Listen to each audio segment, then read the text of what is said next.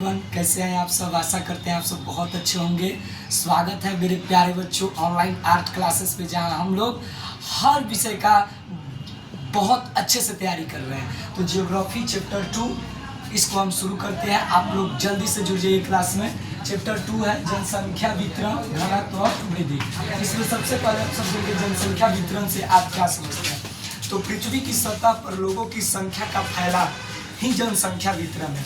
इसमें प्रश्न है कि जनसंख्या वितरण से आप क्या समझते हैं। कई बार यूपी बोर्ड और बिहार बोर्ड में ये कई बार पूछा जाने वाला प्रश्न है, जनसंख्या वितरण से आप क्या समझते हैं। तो पृथ्वी की सतह पर जो लोगों की जनसंख्या है विभिन्न क्षेत्रों में फैलाव जनसंख्या वितरण है। मान लीजिए आप इस क्षेत्र में लोगों का जनसंख्या कुछ लोग रहते हैं, 10-20 लोग रहते हैं।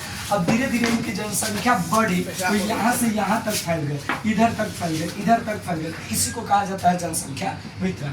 आप समझते हैं जनसंख्या घनत्व क्या है। देखिए किसी क्षेत्र में प्रति वर्ग किलोमीटर में जनसंख्या की वृद्धि क्या कहलाती है, जनसंख्या घनत्व कहलाती है। जैसे देखिए अभी हमने बताया कि यहाँ पे 10-20 लोग थे, तो इनकी संख्या जब बढ़ी तो बढ़ करके ये फैलते हुए चले गए। तो ये हो गया वितरण, यानी कि ये तल पर फैल रहे हैं, इनकी संख्या ये चारों बगल फैल रहे हैं। लेकिन अगर यहाँ पे कोई मान लीजिए कोई क्षेत्र है, जैसे यहाँ पे मान लीजिए कि ये बिहार है, तो बिहार का कोई हिस्सा मान लो ये पटना है, तो पटना के इस क्षेत्र में है ना प्रति वर्ग किलोमीटर, मतलब इधर भी हर क्षेत्र में प्रति वर्ग किलोमीटर जब लोगों की संख्या बढ़ने लगेगी तो उसको कहा जाएगा जनसंख्या घनत्व।